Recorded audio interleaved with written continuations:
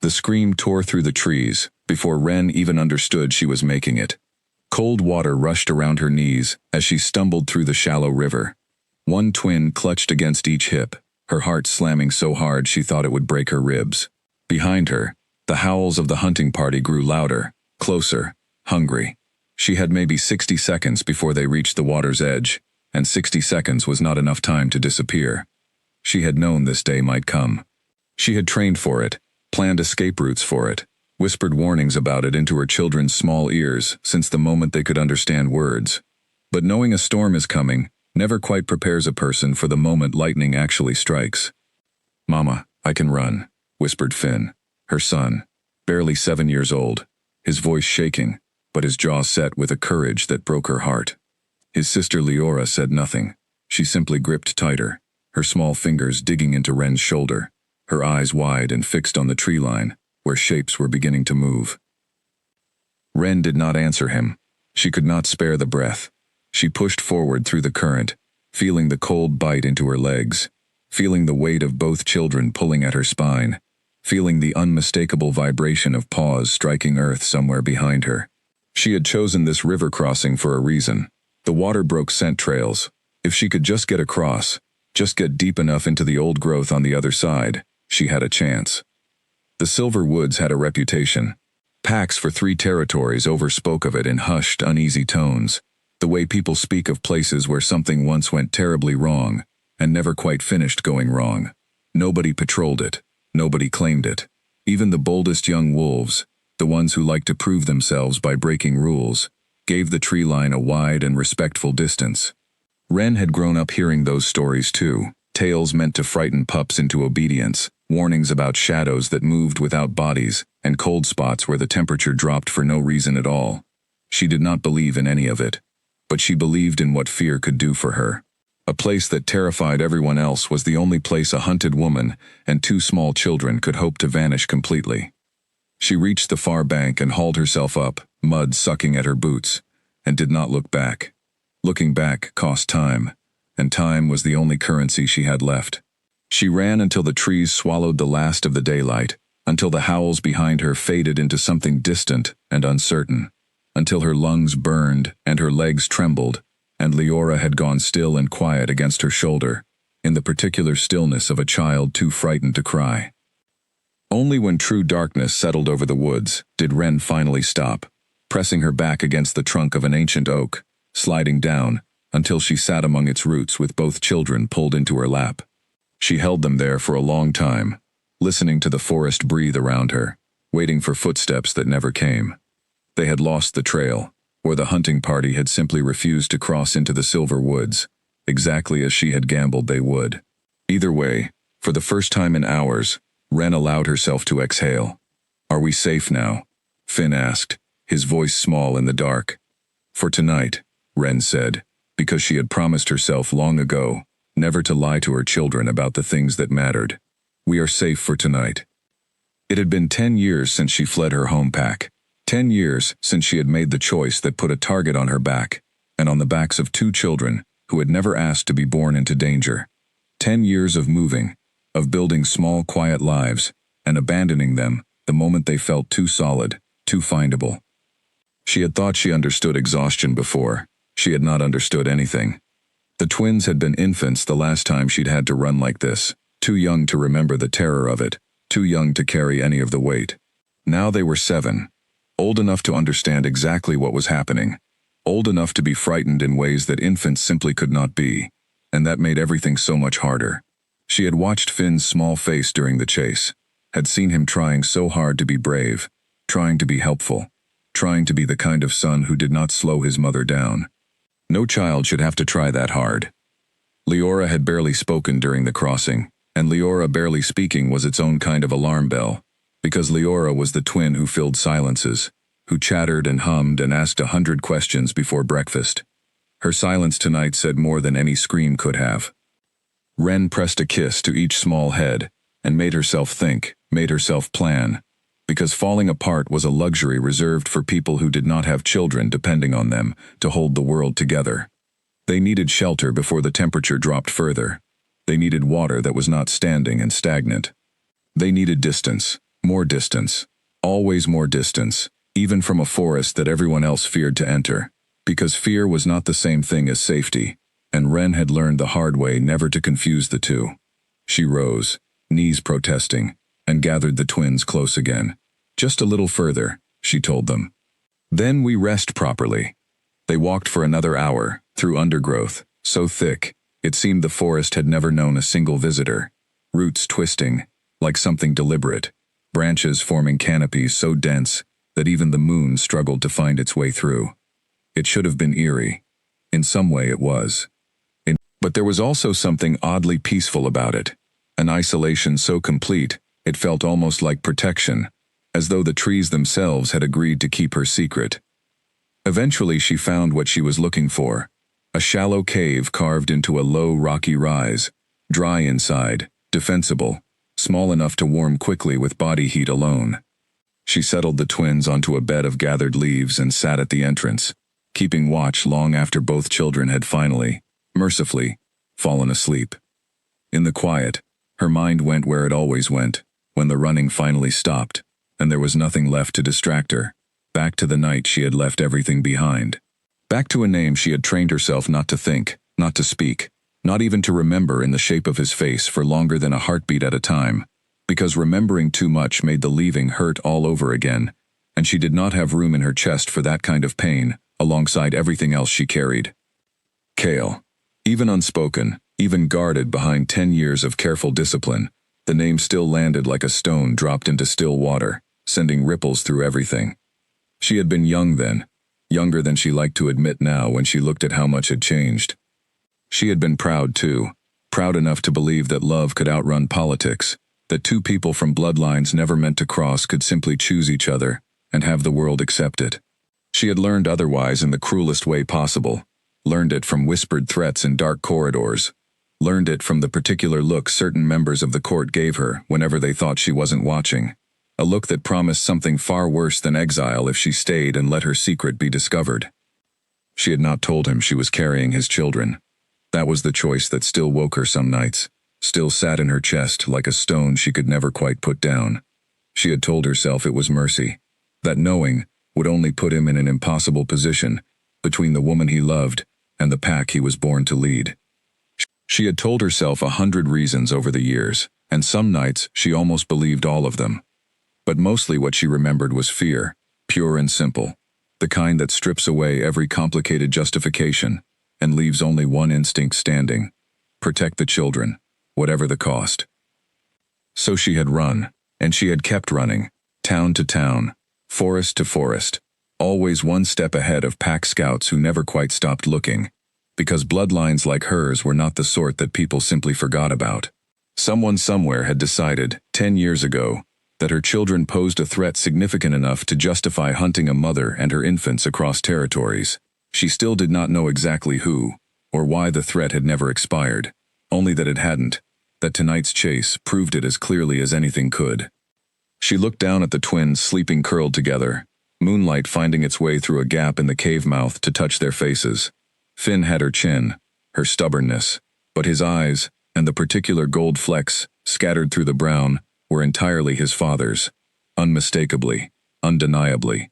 Leora carried the resemblance more subtly, but it was there too, in the shape of her smile, in the way she tilted her head when she was thinking hard about something.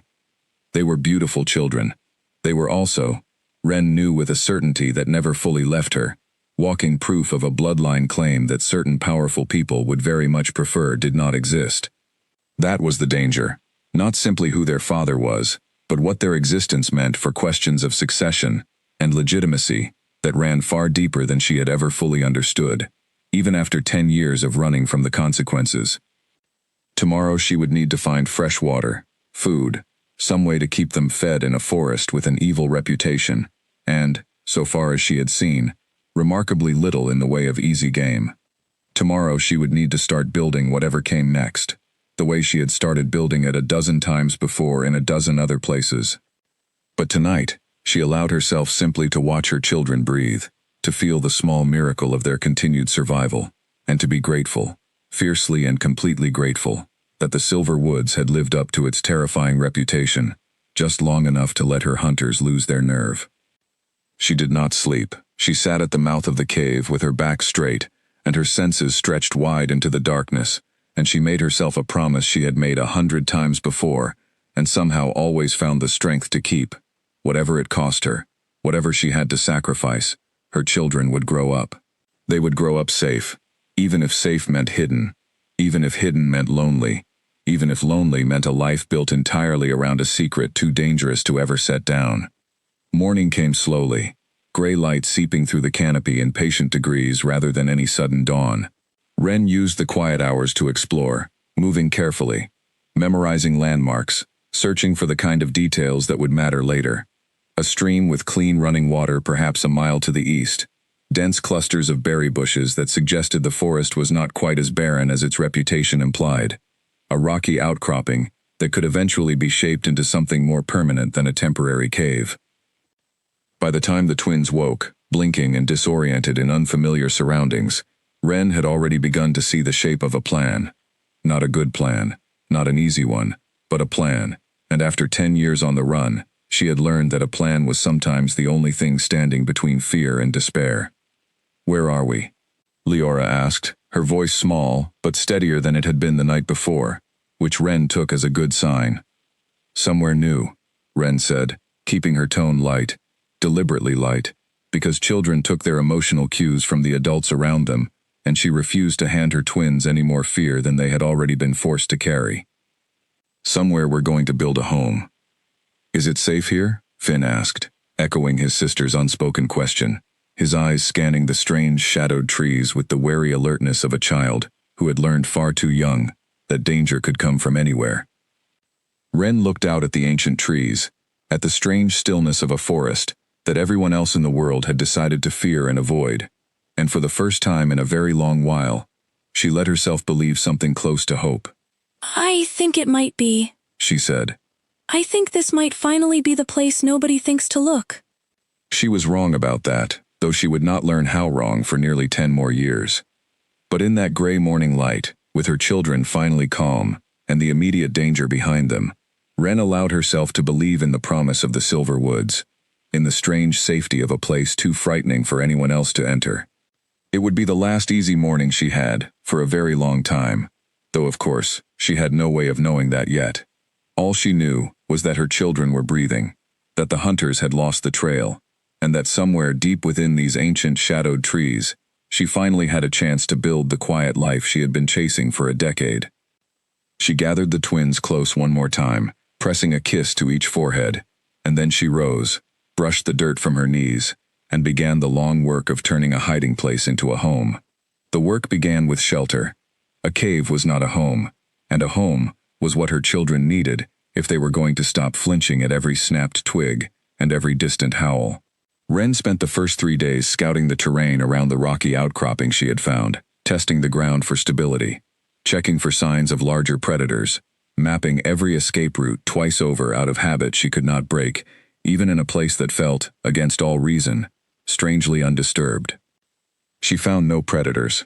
That alone was unusual enough to give her pause. A forest this old, this untouched by pack activity, should have been full of life, full of competing scents and territorial markers, and the ordinary business of wild things surviving.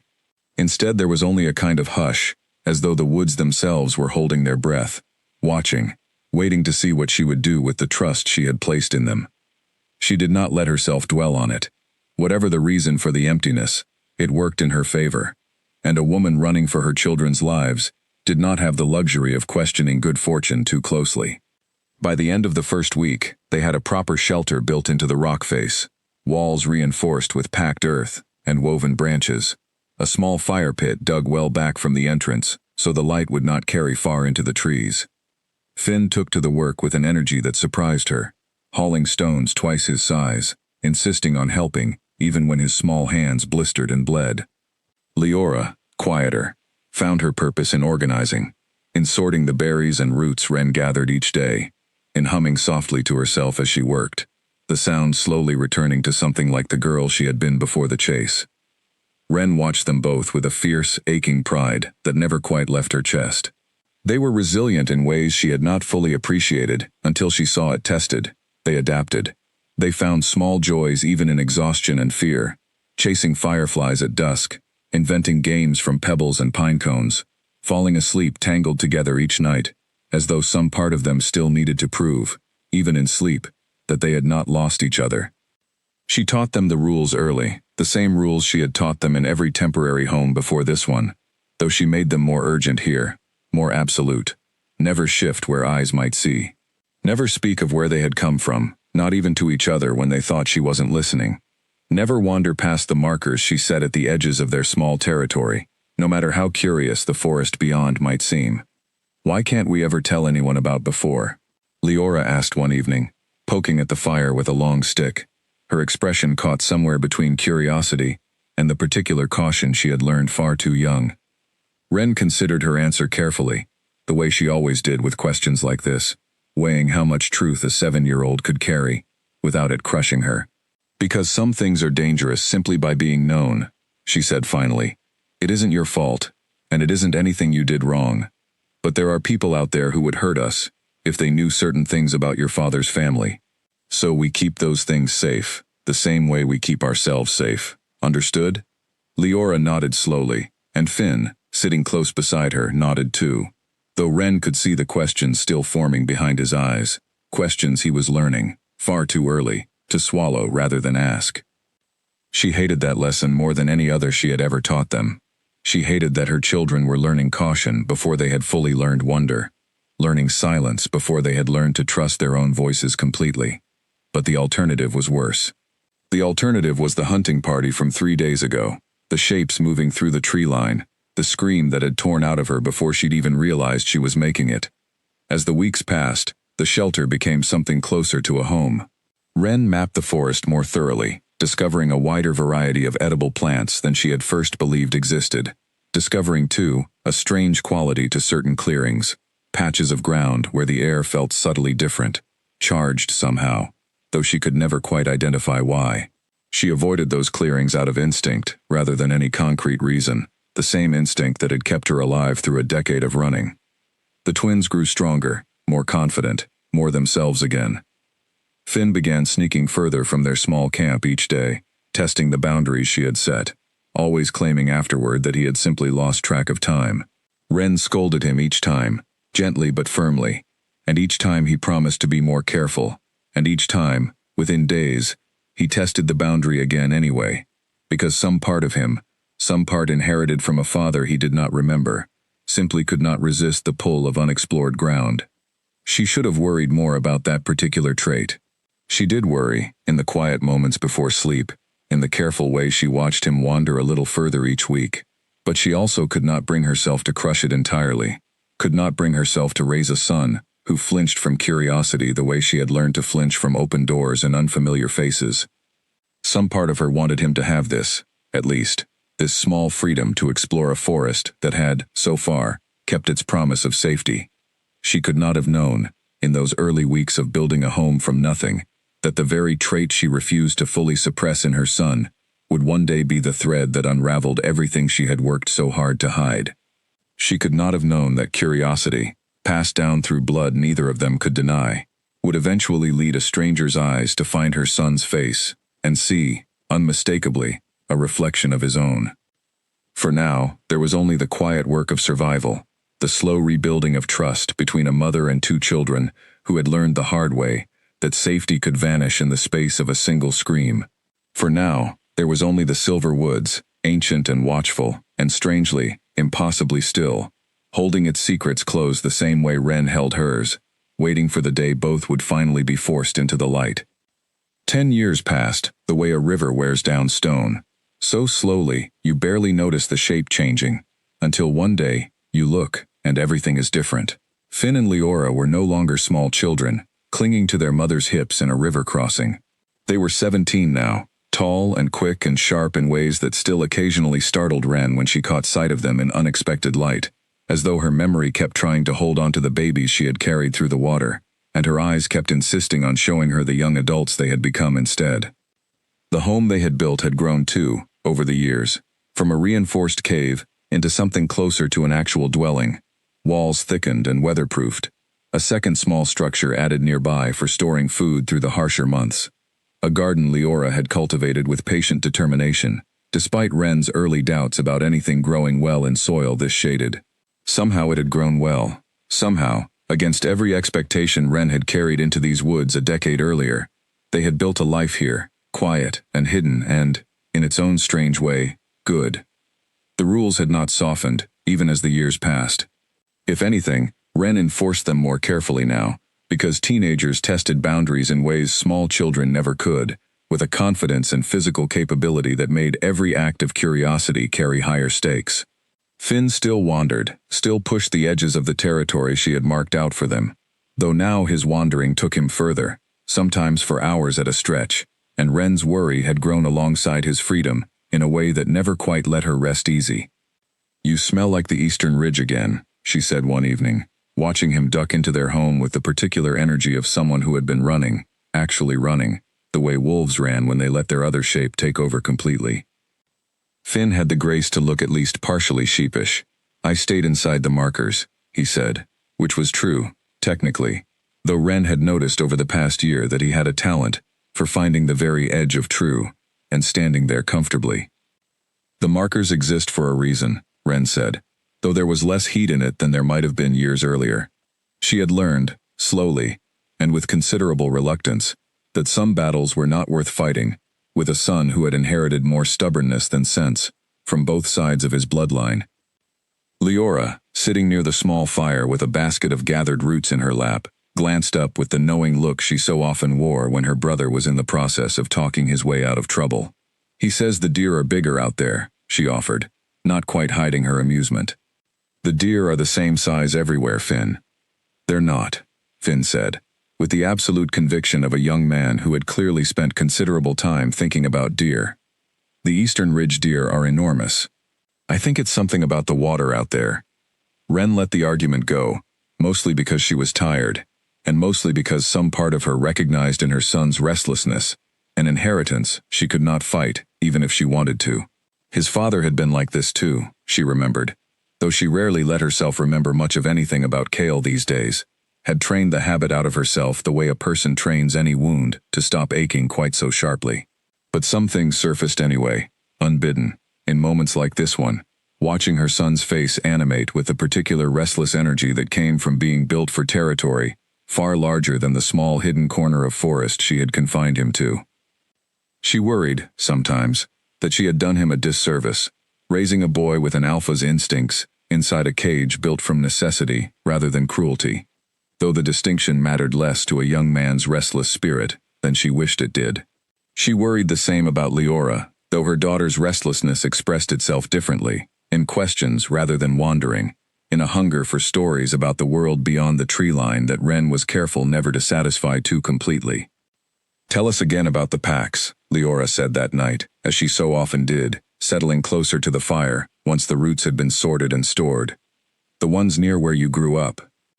Wren had told this particular story so many times over the years that she had worn smooth the sharpest, most dangerous edges of the truth, leaving behind something safe enough to share, something that satisfied her children's curiosity without handing them information that might, someday, prove dangerous to know.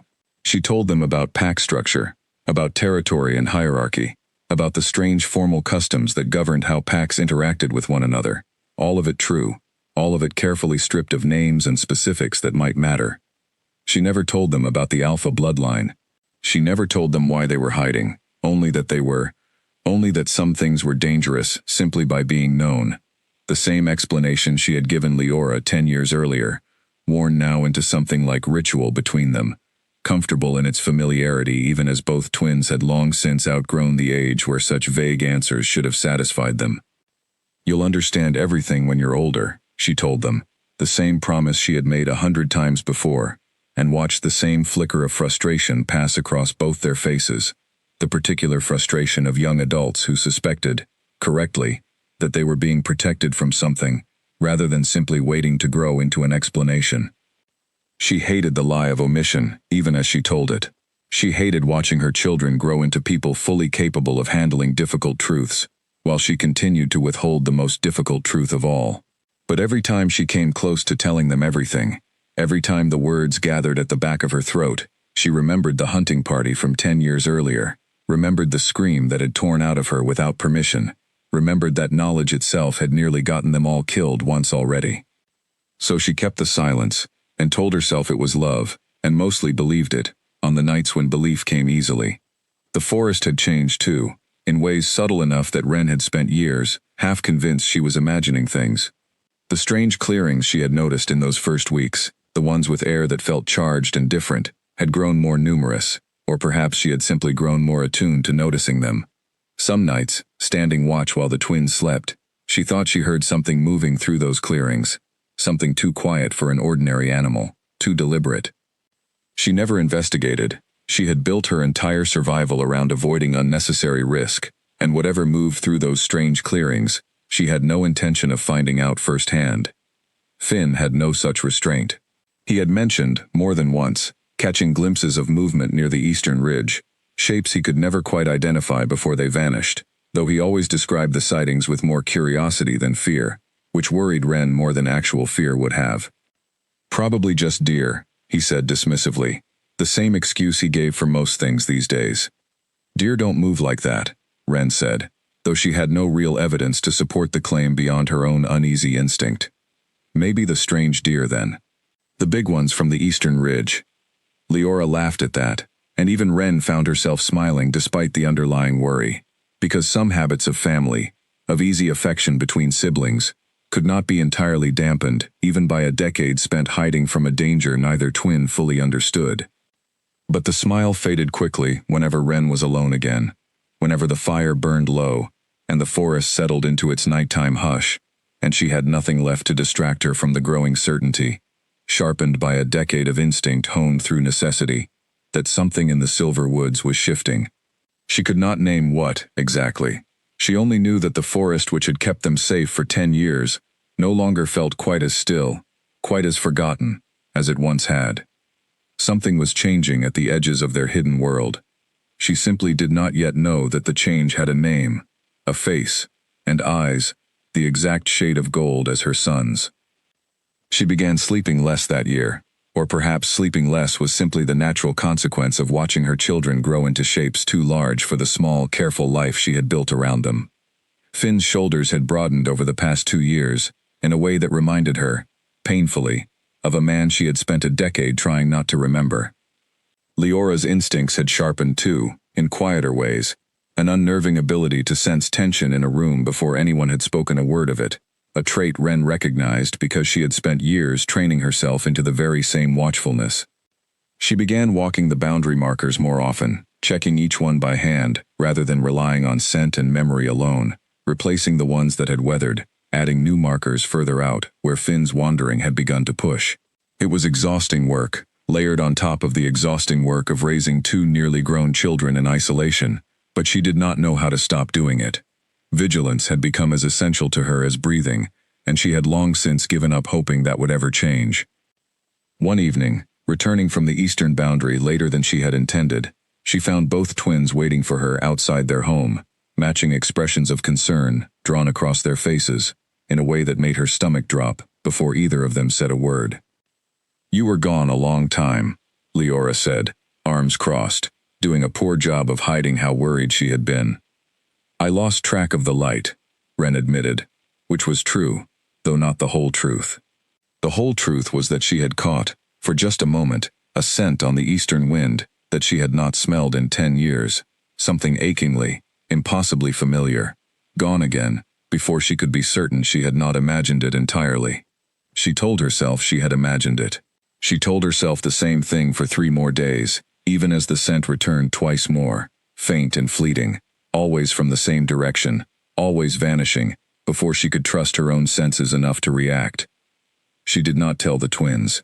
She told herself this was protection, the same justification she had used for a decade of careful omissions, though some smaller, more honest part of her recognized it now as something closer to fear, the particular fear of a woman who suspected, without yet being able to prove it, that the past she had spent 10 years outrunning had finally caught up to the present she had so carefully built.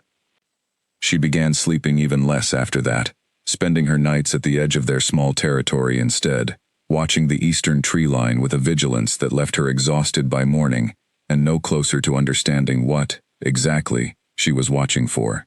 The forest gave her nothing further, no additional trace of the scent, no sign of movement beyond the ordinary rustle of wind through ancient branches.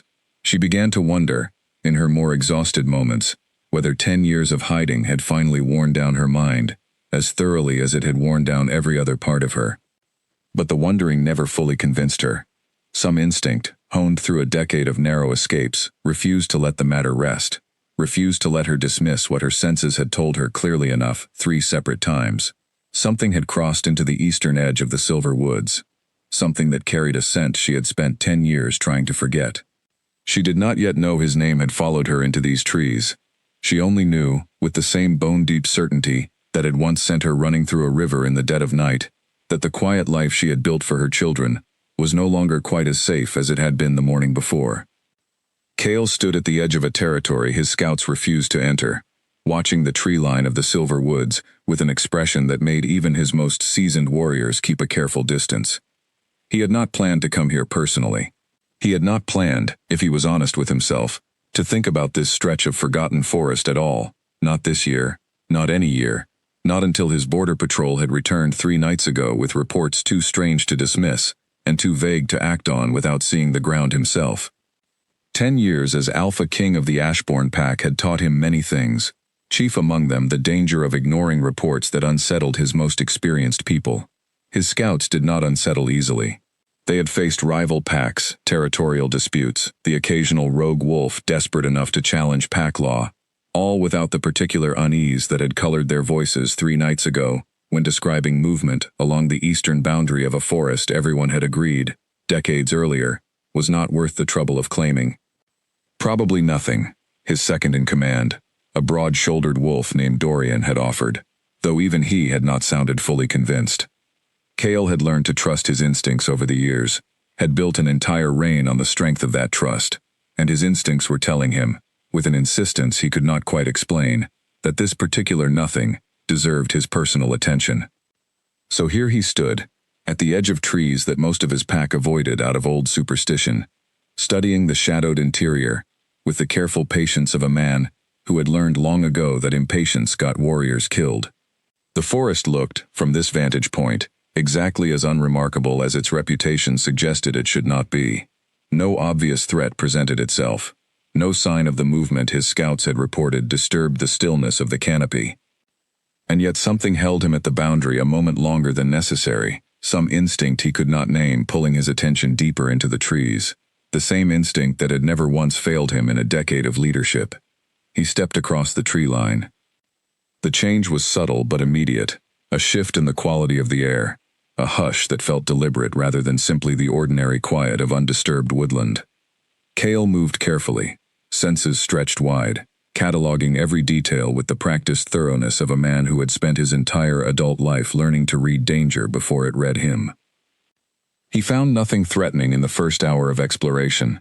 He found, instead, something far more disorienting: signs of habitation, careful and deliberately hidden, but unmistakable to eyes trained to notice such things. A worn path, overgrown enough to disguise regular use from a casual glance but not from someone actively searching. Markers along certain trees, subtle enough to look almost natural, arranged with a precision that suggested deliberate boundary setting rather than accident. Someone lived here. Someone had lived here, by the weathering of the markers, for a very long time. Cale's first instinct was territorial caution, the reflexive wariness of an alpha discovering unclaimed activity within reach of his borders. His second instinct, arriving close behind the first, and considerably harder to dismiss, was a prickling sense of familiarity he could not place, as though some part of him recognized this place, or perhaps recognized whatever lived within it, though he had never in his life set foot in these particular woods before today. He followed the worn path deeper, moving with the silence of long practice, and that was when the wind shifted, carrying a scent across the small clearing ahead of him that stopped him completely, every muscle in his body going rigid with a shock so profound it took him several long seconds to process what his senses were telling him. It was his own scent, not merely similar, not merely reminiscent, but unmistakably, undeniably, carrying the rare bloodline marker that ran through his family line alone, a genetic signature so specific that only his direct descendants could possibly carry it. He had no children. He had never married, had never fathered a single pup in 10 years of leadership, a fact that had become the subject of increasingly urgent conversation among his advisors as questions of succession grew more pressing with each passing year. He knew this with absolute certainty. And yet the scent on the wind told him something his mind refused, for several disorienting moments, to accept. He forced himself to breathe, to think, to apply the same careful discipline that had guided every difficult decision of his reign. There had to be an explanation. Perhaps a distant relative, some branch of the family line he had lost track of over the years of consolidating power and expanding territory.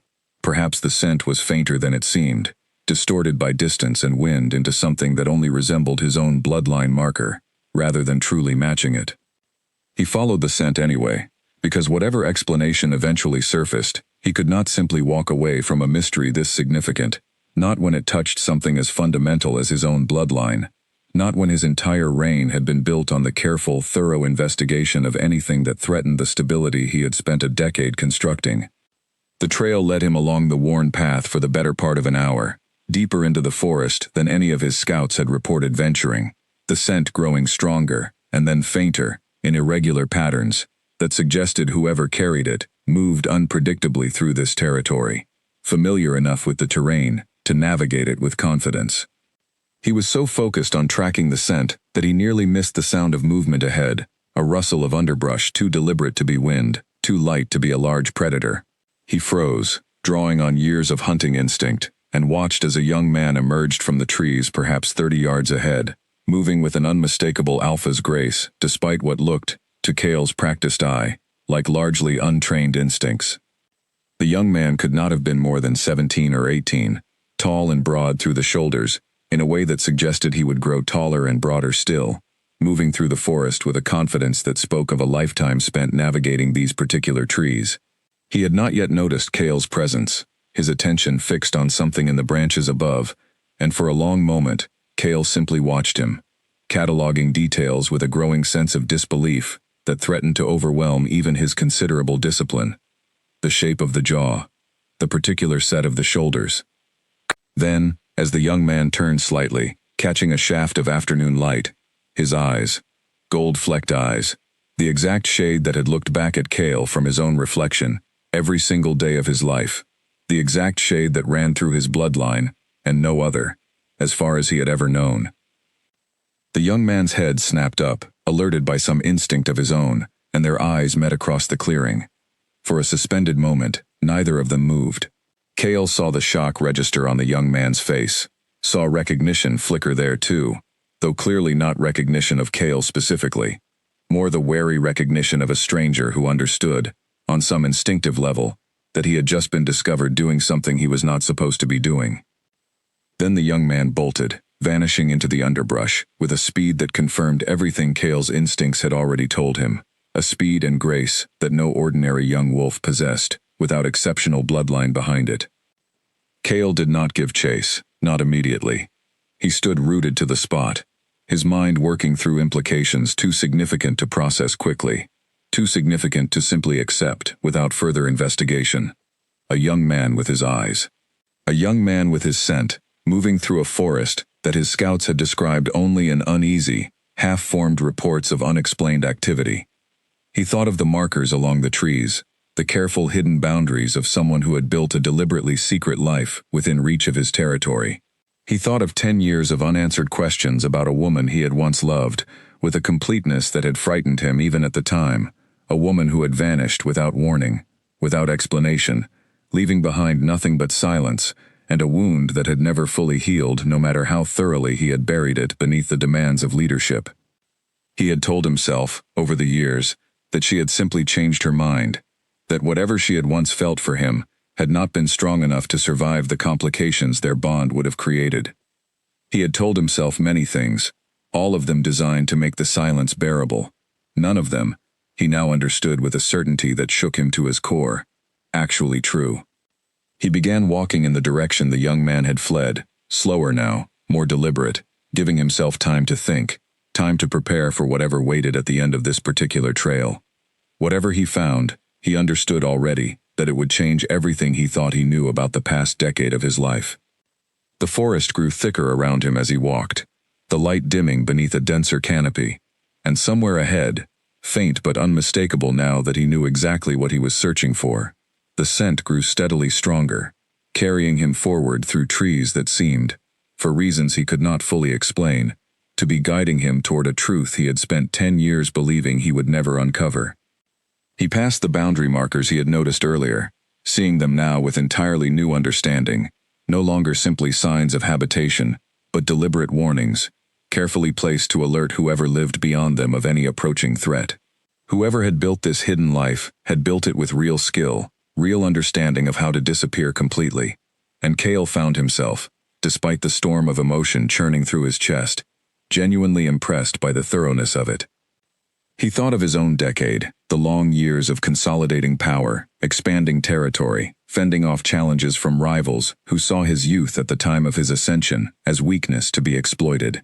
He had built an empire out of sheer determination, had earned every inch of the territory he now commanded, and throughout all of it, buried beneath the demands of leadership, there had always been a quiet, persistent ache he refused to examine too closely. A wound shaped exactly like a woman who had vanished without a word.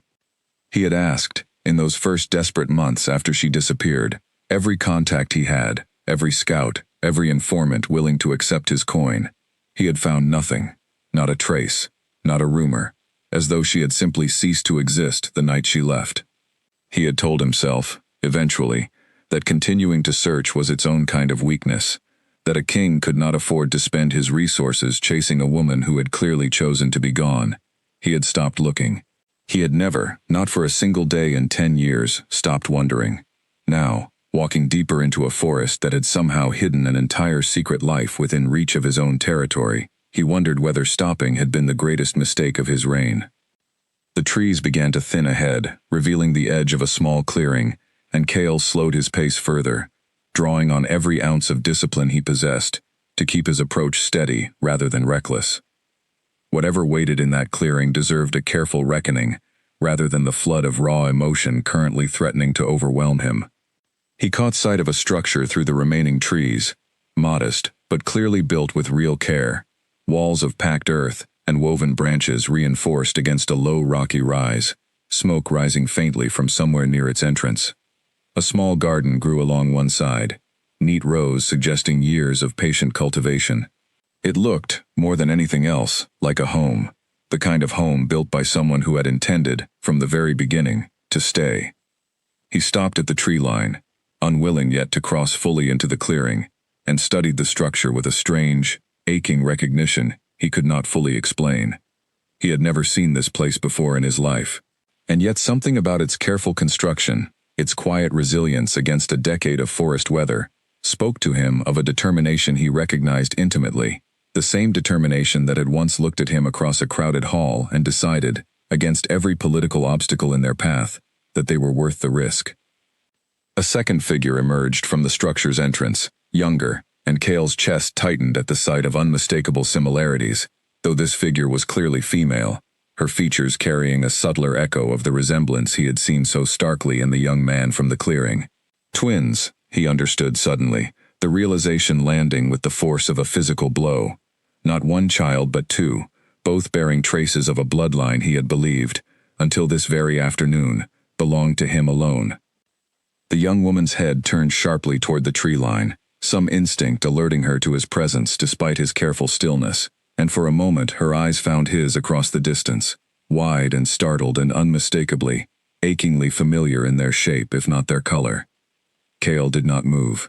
He stood at the boundary between the ordinary forest and this hidden, impossible life, and understood, with a certainty that settled deep into his bones, that whatever happened in the next few minutes would reshape everything he had believed about the past decade, about the woman he had loved and lost, about the family he had never known he possessed.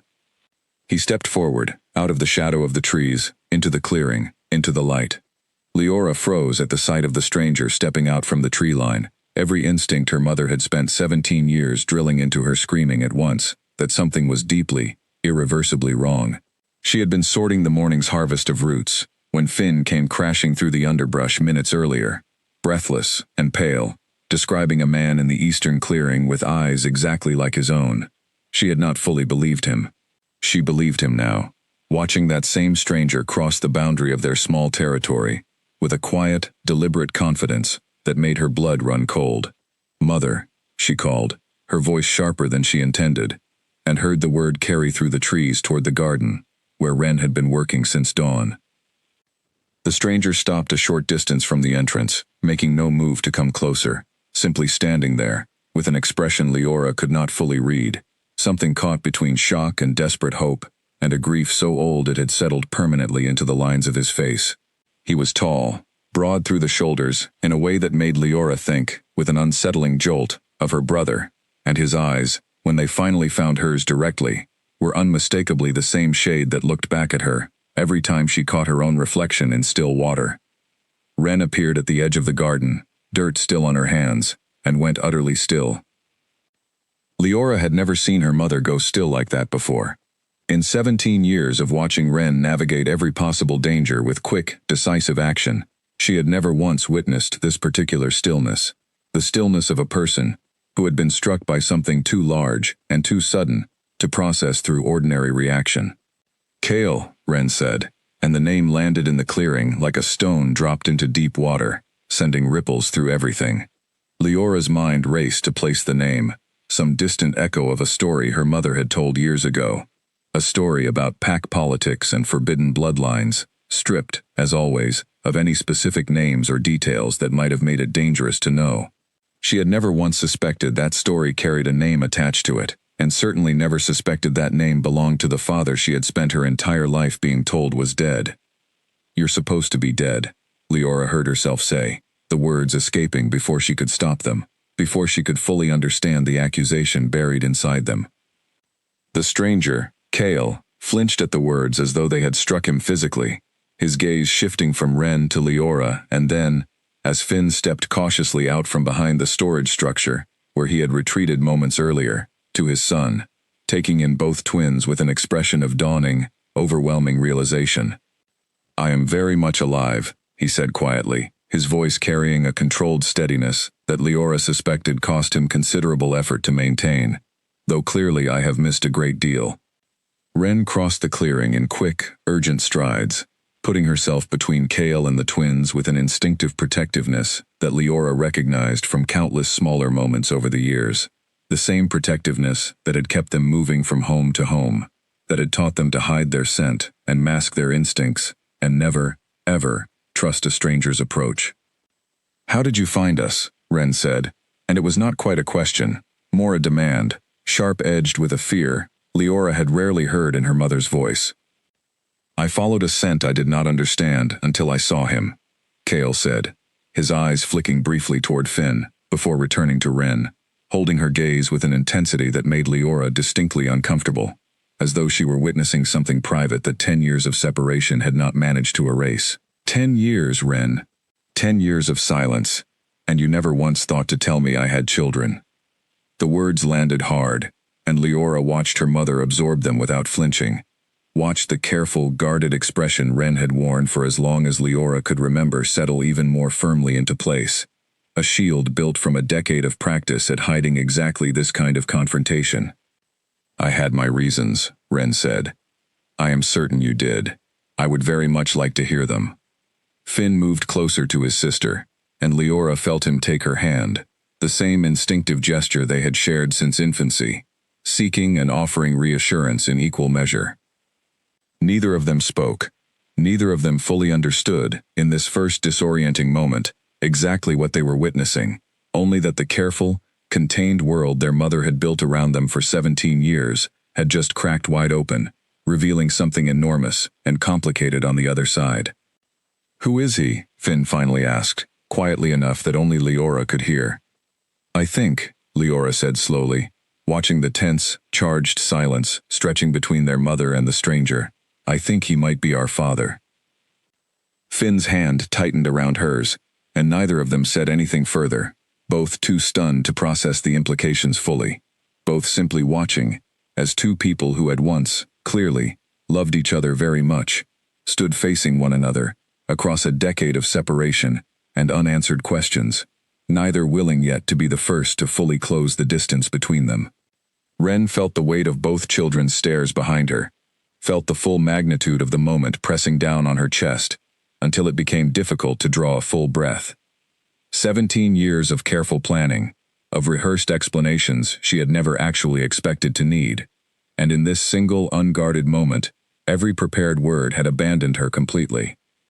"You should not have come here," she said, though even as she spoke the words, she understood how hollow they sounded, how impossible to defend, given everything standing in front of her. "And yet here I am," Cale said, standing in a clearing, looking at two children I did not know existed, children who share my eyes, my scent, my bloodline. "Tell me honestly, Ren, what exactly did you expect would happen if I ever found this place?" She had no answer for that.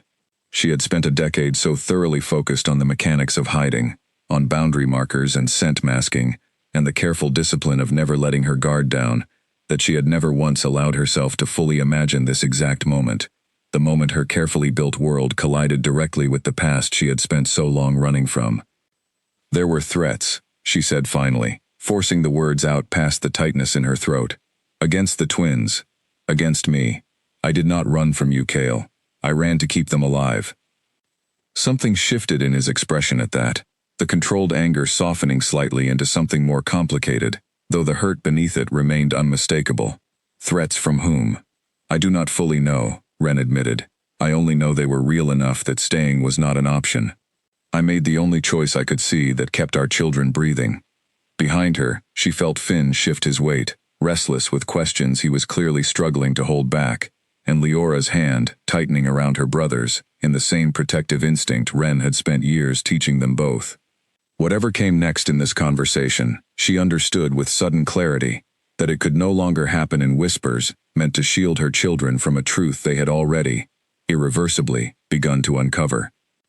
The time for careful omissions had run out the moment Cale stepped into this clearing. What remained now was the far harder work of explaining 17 years of silence to a man who deserved, whatever their history, to finally understand exactly what that silence had cost them all.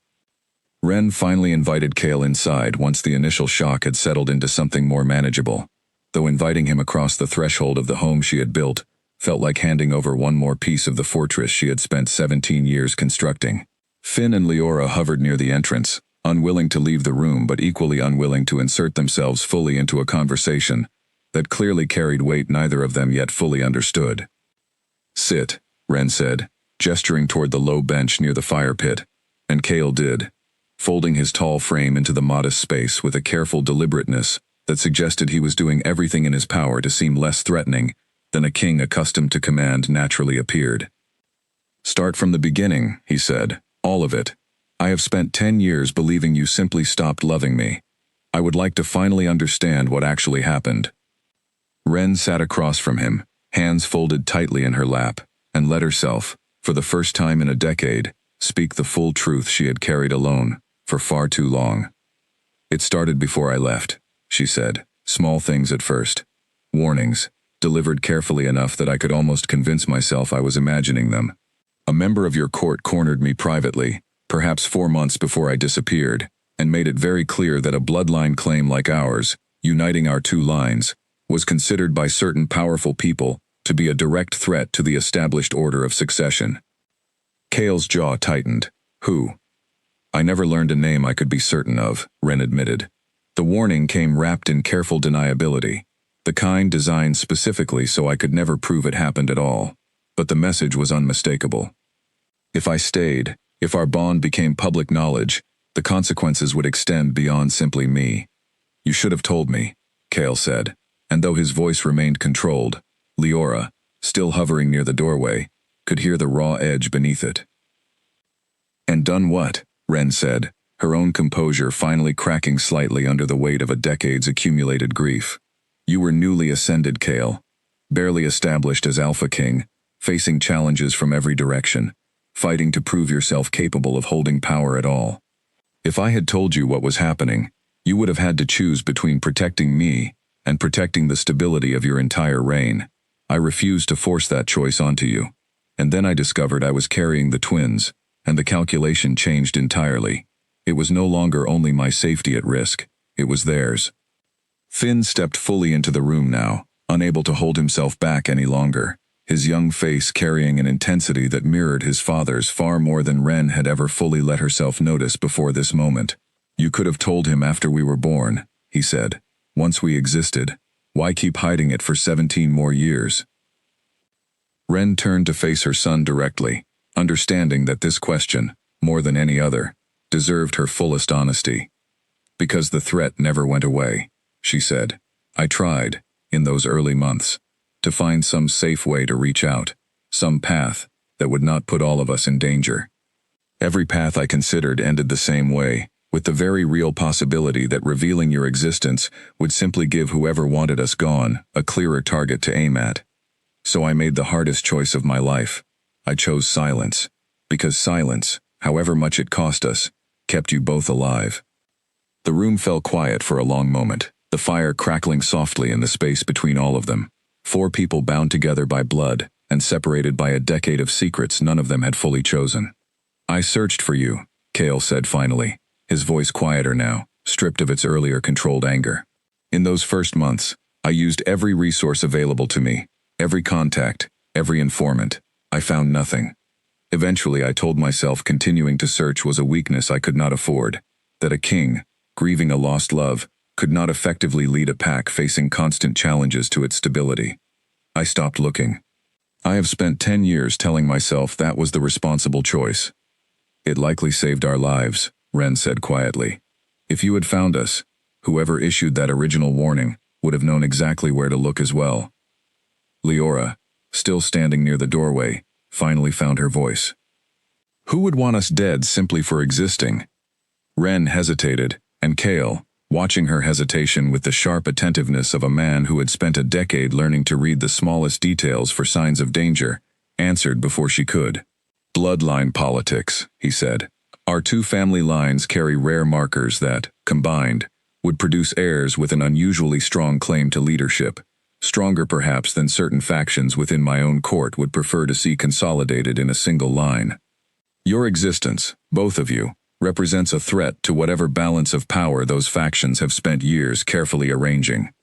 "That is monstrous," Leora said, her voice shaking slightly with an anger that Ren recognized, uncomfortably, as an echo of her own suppressed fury. "It is politics," Cale said grimly, "which is very often monstrous when enough power is at stake." Ren watched her children absorb this, watched 17 years of careful protection collide directly with a truth, far larger and more dangerous than either of them had ever imagined, lurking behind their mother's evasions. She had wanted, for so long, to spare them exactly this moment, this collision between innocence and the ugly machinery of power that had shaped every decision of her adult life. She understood now, watching their faces harden with the particular resolve that came from finally understanding a threat clearly enough to face it, that perhaps she had waited too long to trust them with it. "What happens now?" Finn asked, looking between his mother and the father he had known for less than an hour. Cale considered the question carefully before answering, his gaze moving from Ren to each of the twins in turn, something settling into his expression that looked, to Ren's practiced eye, very much like the beginning of a plan. "Now," he said, "I intend to make certain that whoever threatened this family a decade ago finally answers for it. I have spent 10 years building an empire capable of withstanding any challenge thrown at it. I do not intend to let a shadow of old politics continue holding my own children hostage in a hidden forest for a single day longer than necessary." "It is not that simple," Ren said, old caution rising instinctively despite everything. "No," Cale agreed, "it rarely is. But I have grown considerably more capable of handling complicated threats than I was 10 years ago, and I do not intend to face this one without you, or without them, standing beside me." Ren studied him for a long moment, searching his face for the particular arrogance that so often accompanied promises like that from powerful men, and found instead something steadier, something that looked remarkably like the same quiet determination that had first drawn her to him so many years earlier, before politics and fear had torn them apart. "We will need to be very careful," she said finally, the closest she could manage, in this moment, to agreement. "We will," Cale said, "but we will be careful together. This time. That much I can promise you. Outside, the forest had grown quiet around their small home, the strange stillness of the silver woods settling over the clearing as evening approached, though for the first time in a decade, Wren found herself wondering whether that stillness might finally be about to break, in a direction that led towards safety, rather than further hiding. The days that followed Kale's arrival unfolded with a strange, uneven rhythm that none of them fully knew how to navigate. Wren found herself caught between the instinct to keep tight control over every decision, honed through a decade of solitary survival, and the unfamiliar necessity of sharing that burden with a man she had spent 10 years training herself not to lean on. Kale, for his part, seemed equally unmoored. A king accustomed to commanding entire territories, now finding himself carefully, deliberately restrained, in the presence of children he was only beginning to know, and a woman whose trust he understood he would need to earn back slowly, rather than simply expect. Finn adjusted to his father's presence with an eagerness that surprised everyone, including himself. He had spent 17 years wondering, in the private moments he rarely admitted to anyone, what kind of man his father might have been, and having that wondering answered so suddenly, so completely, left him hungry for every detail Kale was willing to share. He asked about pack structure, about territory, about the particular responsibilities of leadership, absorbing each answer with an intensity that reminded Wren, achingly, of watching Kale himself learn the same lessons years earlier. Leora's adjustment came more slowly, guarded in ways that mirrored her mother's own careful instincts. She watched Kale with the same measured wariness she applied to any new element introduced into their carefully controlled world, testing his patience, testing his honesty, waiting to see whether the calm reasonableness he presented in these early days would hold under pressure. "You do not have to trust me immediately," Kale told her one afternoon, catching her studying him from across the small garden where she worked. "I understand that trust, given everything, will take time to build properly. I am prepared to be patient." "You are a king," Leora said, not quite an accusation but close to one. "Kings are not known for patience." "This king has spent 10 years mourning a family he did not know he had," Kale said quietly. "I find I have developed considerably more patience than most people would expect of me." Leora did not answer, but something in her expression softened slightly, a small crack in the careful wariness she had maintained since his arrival. Wren watched these small exchanges unfold, with a complicated mixture of relief and lingering fear.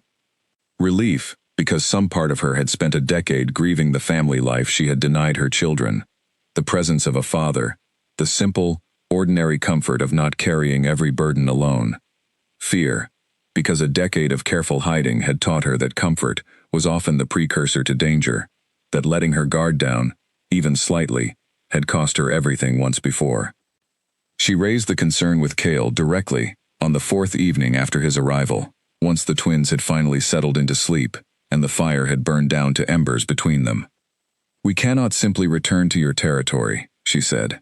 "Not without understanding first who threatened us, and whether that threat still exists in any meaningful way.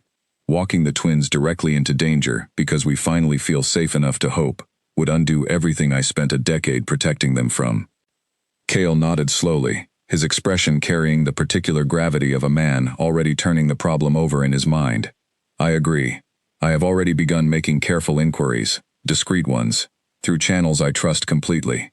I intend to understand exactly what happened before I bring either of you anywhere near my court." "How discreet?" Wren pressed. "Because whoever threatened us a decade ago clearly had resources significant enough to track my movements even after I fled halfway across the region. I do not underestimate them, and I would ask that you do not either." "I do not," Kale said. "I have spent 10 years building a network of loyal advisors, specifically because I learned, early in my reign, exactly how dangerous it is to trust the wrong people with sensitive information. I will move carefully. I give you my word." Wren studied him across the dying fire, searching, as she so often did these days, for any sign that his promises carried less weight than his convictions suggested. She found none, which frightened her almost as much as finding evidence of deception would have, because trusting him again meant reopening a wound she had spent a decade trying to seal. "There is something else," she said finally, forcing herself to voice a fear she had carried alone since the day Kale first appeared at the tree line. Finn has been wandering further than the boundaries I set for years now. If our enemies are still watching for signs of our bloodline, his restlessness may have already given away more than either of us realizes. Kale's expression sharpened at that, the careful patience of the past few days giving way to something more alert, more calculating, the particular focus of a king assessing a genuine threat. How far has he wandered? Far enough that I have caught the same unfamiliar scent on the eastern wind 3 times over the past month before you arrived, Ren admitted. I told myself I was imagining it. I no longer believe that. The two of them sat with that admission for a long moment, the fire crackling softly between them, the weight of a decade's careful protection, suddenly feeling far more fragile than either of them had allowed themselves to fully acknowledge, until this quiet, honest conversation forced the truth into the open. Then we do not have as much time as I hoped, Kale said finally. Whatever threat remains out there, it may already know considerably more about this location than either of us would prefer. Ren felt the old familiar fear rising in her chest, the fear that had driven her through a river crossing 17 years earlier, the fear that had shaped every decision of her adult life since that terrible night. But this time, for the first time in a decade, she did not feel entirely alone in carrying it. Then we plan carefully, she said, and we plan quickly. Kale reached across the space between them, not quite touching her, offering instead the simple presence of a partner, rather than the demand of a king. Together, he said. Whatever comes next, we face it together this time. Ren did not answer immediately, but she did not pull away either, and in the quiet, careful space of that unspoken agreement, something long buried between them began, tentatively, to stir back to life. The scent returned on the 7th night, stronger than before, and this time it was Finn who caught it first, jolting upright from sleep, with every instinct screaming that something had crossed into the eastern boundary of their small territory. He woke the household with a sharpness that startled even Ren, who had spent a decade training herself to sleep lightly, precisely for moments like this one. Someone is here, Finn said, already moving toward the door before anyone could stop him. East, close. Kale was on his feet immediately, the sleepy softness of the past week vanishing instantly into the sharp, coiled readiness of a king who had spent a decade surviving exactly this kind of threat. Stay inside, he told the twins, though even as he said it, Ren could see Finn's jaw setting with a stubbornness that suggested compliance was far from guaranteed. We are not children who need shielding from this, Leora said, already reaching for the small blade she had carried at her hip since she was old enough to be trusted with one, a habit Ren had instilled precisely for moments, exactly like this. Ren wanted desperately to argue, to insist the twins remain safely inside while she and Kale faced whatever waited beyond the tree line. But a decade of hard-won honesty stopped her, because insisting on that particular fiction would only prove exactly how little she trusted the strength she had spent 17 years building into both of them. Stay close to me, she said instead, and follow every instruction exactly. This is not the time to test boundaries. Finn nodded, some of his earlier eagerness tempering into the disciplined focus Ren recognized, with a complicated mixture of pride and fear, as an inheritance from his father. They moved together through the darkened forest, Kale leading, his senses stretched wide with the practiced thoroughness of a decade spent navigating exactly this kind of danger. The scent grew stronger as they approached the eastern boundary, and Ren recognized it now with sickening clarity, not merely unfamiliar, but wrong, in a way that made every instinct in her body recoil, the particular wrongness of scent, deliberately masked and layered to disguise its true origin. They are trying to hide what they are, Kale murmured, low enough that only Ren could hear. Trained operatives, not simple scouts. They found the intruders in a small clearing near the boundary markers, 3 figures, moving with the disciplined efficiency of trained hunters, rather than the reckless confidence of casual trespassers. Ren's blood ran cold at the sight of them, recognizing in their careful, methodical search pattern the same professional precision that had haunted her nightmares for a decade. Kale stepped forward, before Ren could stop him, his presence alone enough to freeze all 3 intruders mid-motion, the unmistakable authority of an alpha king, settling over the clearing like a physical weight. You are trespassing on protected territory, he said, his voice carrying none of the softness Ren had come to know over the past week, replaced instead by the commanding steel of a man who had built and defended an empire through sheer force of will. Identify yourselves and your purpose here. The lead intruder, a lean, scarred wolf who carried himself with the particular wariness of someone accustomed to operating outside the boundaries of pack law, studied Kale for a long moment before answering. "We serve interests that predate your reign, my king," he said finally, the title carrying a thin, deliberate edge of disrespect. "Interests concerned with maintaining proper order in matters of succession." "Explain yourself," Kale said, though Ren could see, in the careful stillness of his posture, that he already understood exactly what was being confirmed.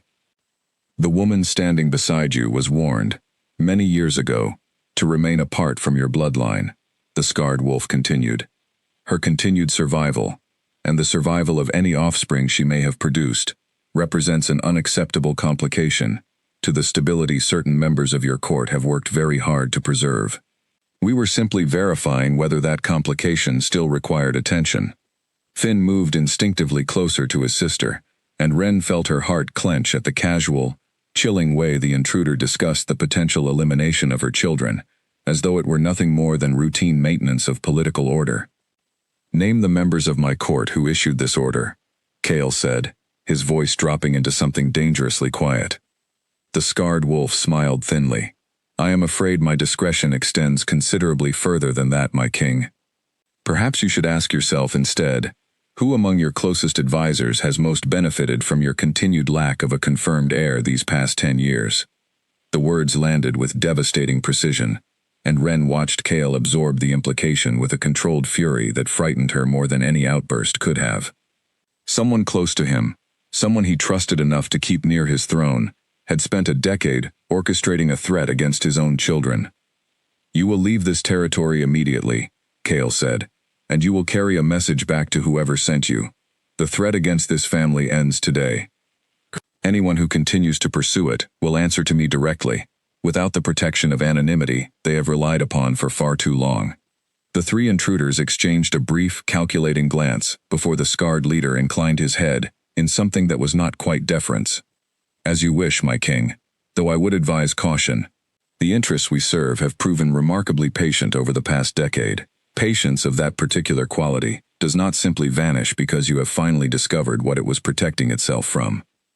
They withdrew into the darkness with unsettling efficiency, leaving behind a silence that pressed down on the small clearing with suffocating weight. Ren felt her legs finally begin to shake now that the immediate danger had passed, the accumulated fear of a decade colliding directly with the fresh terror of watching her children stand exposed before enemies who had spoken of their deaths with such casual, bureaucratic detachment. "They will report back," Kale said grimly, once the intruder's scent had faded fully from the clearing. "Whoever sent them now knows exactly where you are, and that I have found you.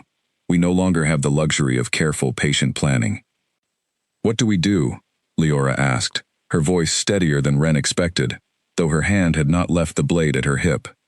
Kale looked at each of them in turn, his expression settling into the hard, decisive clarity of a king preparing for confrontation, rather than further hiding. "We return to my territory," he said, "immediately. I would rather face this threat directly, on ground where I command every advantage, than continue waiting here for it to find us again, on its own terms." Ren felt the old instinct to argue, to insist on more caution, more careful planning, before exposing her children to the very court that had driven her into hiding a decade earlier. But she looked at Finn and Leora, standing straighter now than she had ever seen them, faces set with a determination that mirrored their father's completely, and understood that the time for hiding had finally, irrevocably ended. "Then we go tonight," she said.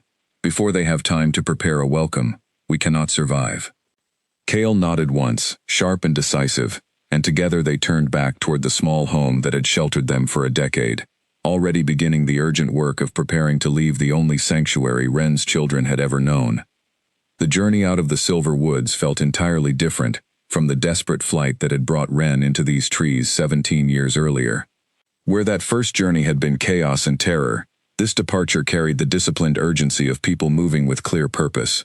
Kale, leading the way with the confident authority of a king, returning to territory he knew intimately, Ren close behind with the twins flanking her, all four of them alert to every sound the forest offered.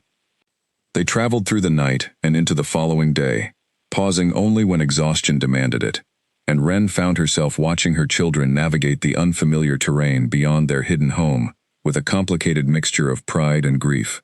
Pride, because they moved through the wider world with more confidence than she had expected, drawing on instincts she had spent years training without ever fully knowing what those instincts would eventually be needed for. Grief, because this journey marked the definitive end of the only life either of them had ever known, however dangerous and confined that life had ultimately proven to be. "Tell me about your court," Leora said at one point, walking close beside Kale, as the terrain opened into wider, more populated territory. "The advisors you trust, the ones you do not." Kale considered the question carefully before answering, clearly recognizing it for the strategic assessment it actually was, rather than simple curiosity. "I trust perhaps 4 advisors completely," he said. "Dorian, my second in command, has served me faithfully since before my ascension, and has never once given me cause for doubt. Beyond him, trust becomes considerably more complicated. Court politics reward loyalty that often masks deeper ambition, and I have learned, over 10 years, that even advisors who appear steadfast may harbor interests that diverge sharply from my own." "Then how do we find whoever ordered the threat against us?" Finn asked. "Carefully," Kale said, "and likely through the very network of information the scarred wolf hinted at during our confrontation. Someone close enough to my inner circle to know the details of a threat issued a decade ago. Someone with resources sufficient to maintain surveillance across territories for that entire span of time. That narrows the possibilities considerably, even if it does not yet name a single suspect with certainty." Wren listened to this exchange with a growing unease she could not fully shake, the old instinct toward caution warring constantly with the newer instinct to trust the plan Kale had built around confronting this threat directly, rather than continuing to hide from it. She understood the logic. She still could not fully silence the part of her that had spent a decade equating exposure with death. They reached the outer boundary of Ashbourne territory, as evening fell on the second day, and Wren felt the shift immediately, the subtle change in the air that marked the difference between wild, unclaimed forest and territory, actively patrolled and defended by an established pack. Scouts intercepted them within minutes of crossing the boundary, their initial wariness dissolving instantly into stunned recognition once they identified their alpha king, followed almost immediately by a second wave of shock as they registered the 2 young wolves walking beside him, faces carrying an unmistakable resemblance no one could possibly mistake for coincidence. "Send word ahead," Kale instructed one of the scouts. "I want Dorian meeting us at the main hall, and I want it done quietly. I do not want word of this reaching the wider court before I have had a chance to assess the situation properly." The scout departed at a run, and Kale turned to face Wren and the twins with an expression that carried, for the first time since his arrival in the Silver Woods, genuine uncertainty. "Once we enter my territory fully," he said, "there is no returning to the anonymity you have relied upon for 17 years. Whoever threatened you will know, within hours, that you have returned. I need to know that all of you understand exactly what that means before we take another step forward." Wren looked at her children, standing tall and resolute despite the exhaustion of 2 days' hard travel, and understood that the choice, if it had ever truly belonged to her alone, no longer did. "We understand," she said. "We are not walking into this blind. We are walking into it because hiding stopped protecting us the moment your scouts found this place. There is no safety left in running, only in finally facing whoever wants us gone." Kale held her gaze for a long moment, something fierce and grateful passing across his expression, before he turned and led them forward, deeper into territory that would, within the hour, become the stage for a confrontation 17 years in the making. The main hall of Ashbourne territory rose ahead of them as darkness settled fully over the land, an imposing structure built from ancient stone, torchlight flickering along its walls in a display of established power that Wren had almost forgotten existed, having spent a decade confined to the quiet, humble simplicity of a hidden forest home. Dorian met them at the entrance, his broad face carrying an expression of careful neutrality that Wren suspected took considerable effort to maintain given the circumstances. "My king," he said, inclining his head, his eyes moving briefly to Wren, and then, with unmistakable shock, to the twins standing beside her. I received your message. I confess I did not fully understand its urgency until this moment. Gather the inner council, Kale said, quietly, and only the inner council. I have reason to believe one among them has spent the past decade actively working against the stability of this pack, and I intend to identify exactly who before this night ends.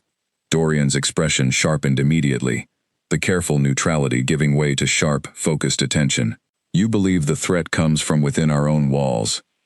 I believe it very likely does, Kale said grimly, and I intend to find out exactly how deep that betrayal runs, before another decade passes, and another generation of my family is forced to pay the price for it.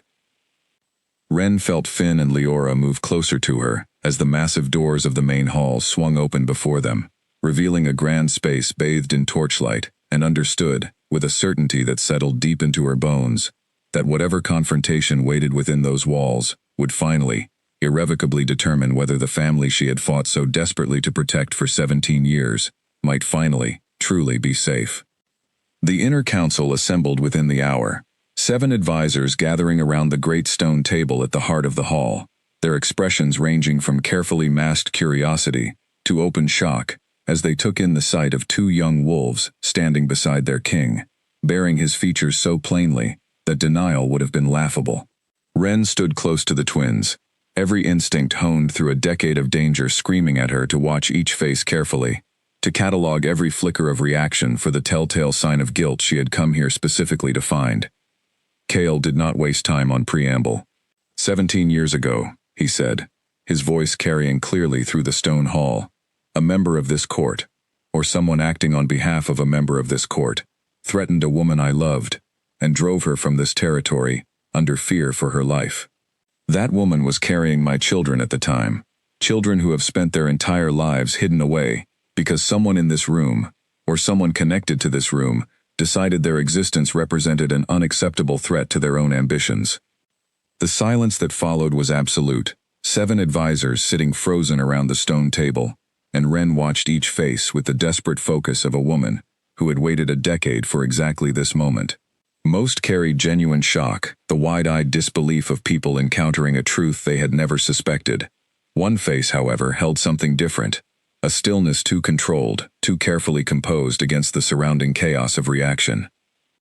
Varen, Ren said quietly, recognition finally surfacing from memory long buried, the name of a minor advisor who had occupied the edges of court politics 17 years earlier, someone she had noticed only briefly at the time, but whose careful, watchful presence had left an uneasy impression she had never fully forgotten.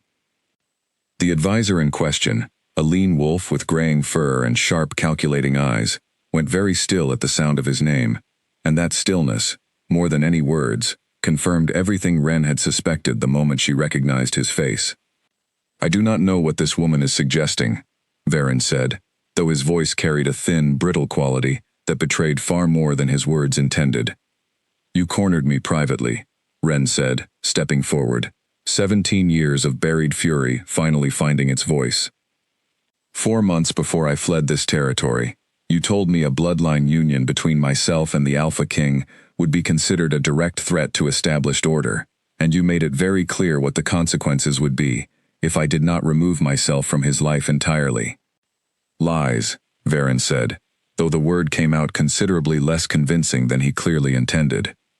Kale's expression had hardened into something cold and dangerous, the full weight of his authority settling over the room like an approaching storm.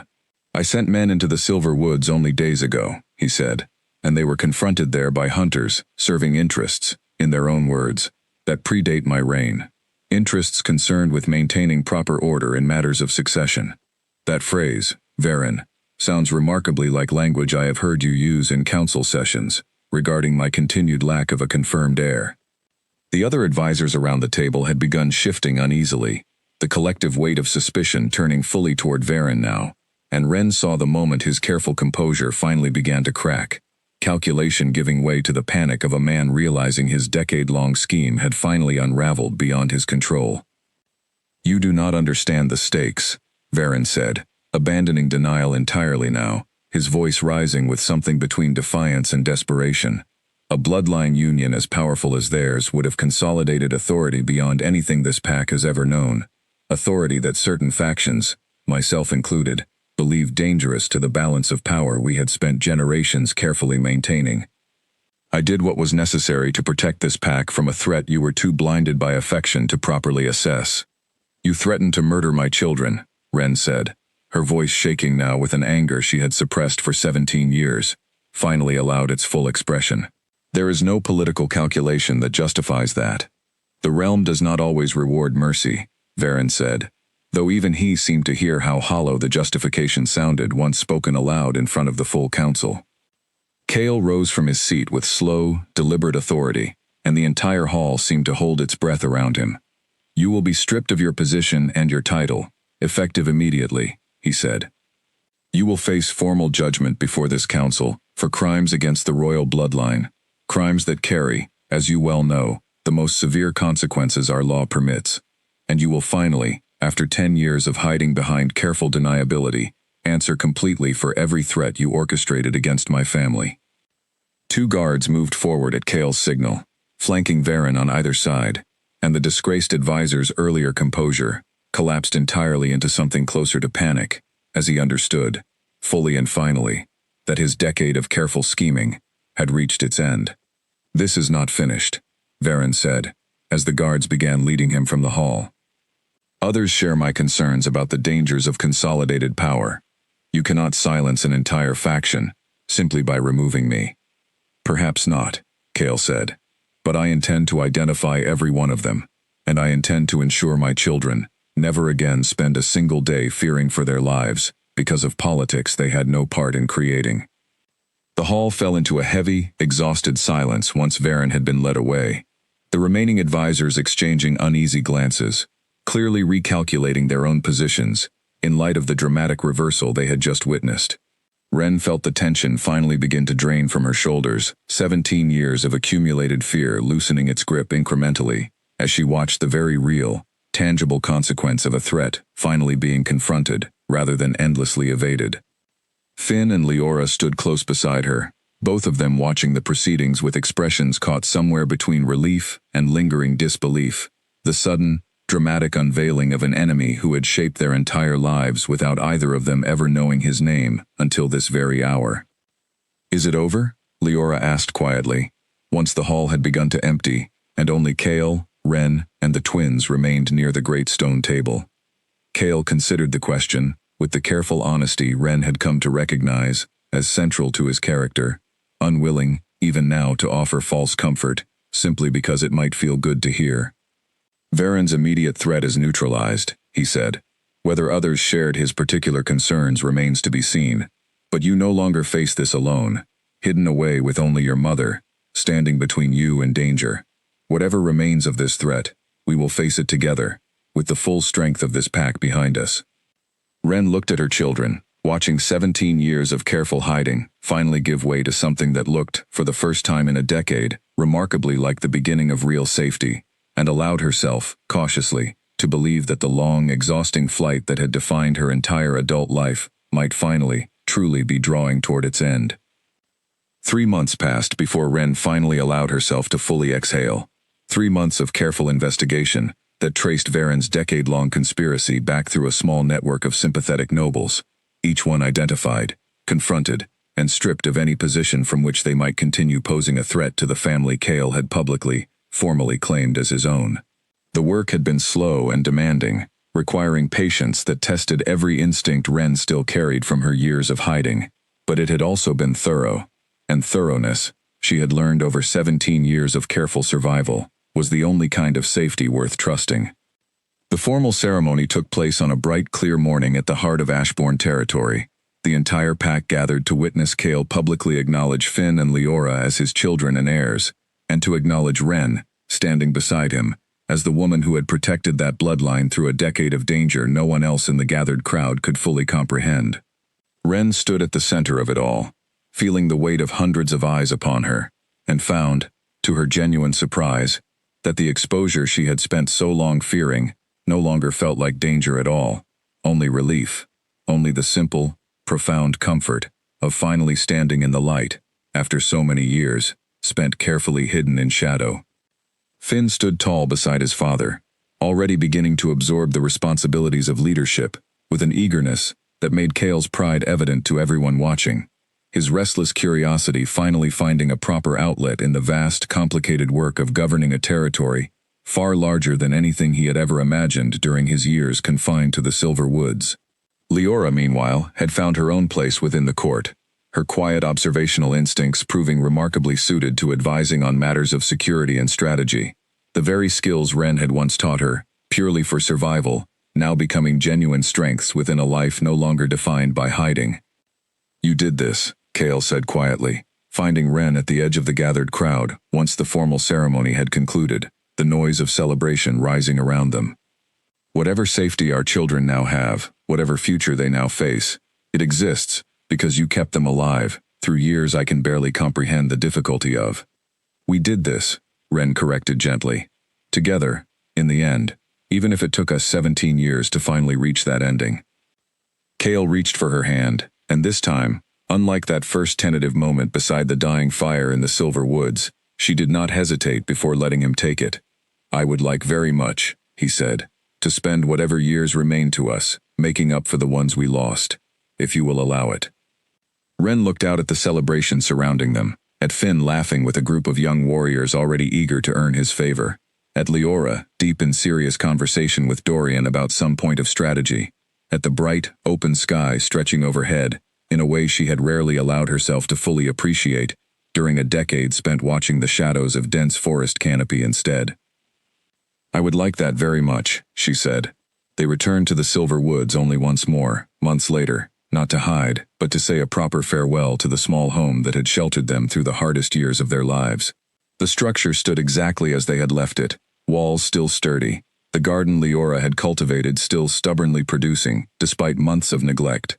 And Ren walked through the quiet clearing one final time, tracing her fingers along walls built from nothing but desperate determination, and the fierce, unbreakable love of a mother, determined to keep her children breathing, against every possible obstacle. "Do you regret any of it?" Cale asked, watching her from the doorway. "The years spent here, hidden away from everything you might have had." Ren considered the question carefully. Honestly, the way she had learned to consider every important question over a decade spent making impossible choices with imperfect information. "I regret the fear," she said finally. "I regret every night I spent watching the tree line, waiting for danger that never quite arrived until it finally did. But I do not regret this place. It kept them alive when nothing else could have. It taught them strength I do not think they would have found anywhere else. Whatever else it cost us, I cannot bring myself to regret the family we built within these walls, even hidden, even afraid." Finn and Leora joined them in the clearing, both twins moving through the familiar space, with the particular nostalgia of people revisiting a childhood home they had genuinely loved, despite its hardships.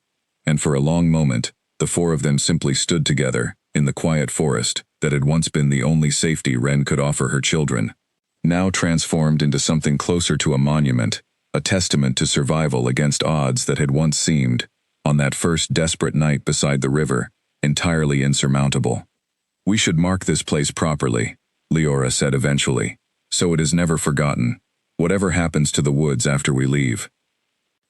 Cale nodded, understanding immediately the significance of her suggestion, and by the time evening fell over the clearing one final time, they had raised a simple marker near the entrance of the home Ren had built with her own hands so many years earlier, a quiet acknowledgement of the sanctuary this forgotten forest had provided, when nowhere else in the world had offered safety. As they turned to leave the Silver Woods for the final time, walking together back toward the wider world, and the complicated, demanding, but finally secure future that awaited them there, Ren allowed herself one last look back at the trees that had kept her secret for a decade. The ancient, watchful woods that had asked for nothing in return, except her willingness to trust their strange, silent protection. "Thank you," she murmured, quiet enough that only the forest itself might have heard, and then she turned fully away, walking forward into a life no longer built around hiding, but around the hard-won, deeply earned safety of a family, finally, completely whole. Behind them, the Silver Woods settled back into its ancient stillness, keeping watch, as it always had, over the quiet clearing, where a mother's desperate courage had once given two children the chance to grow into exactly who they were always meant to become.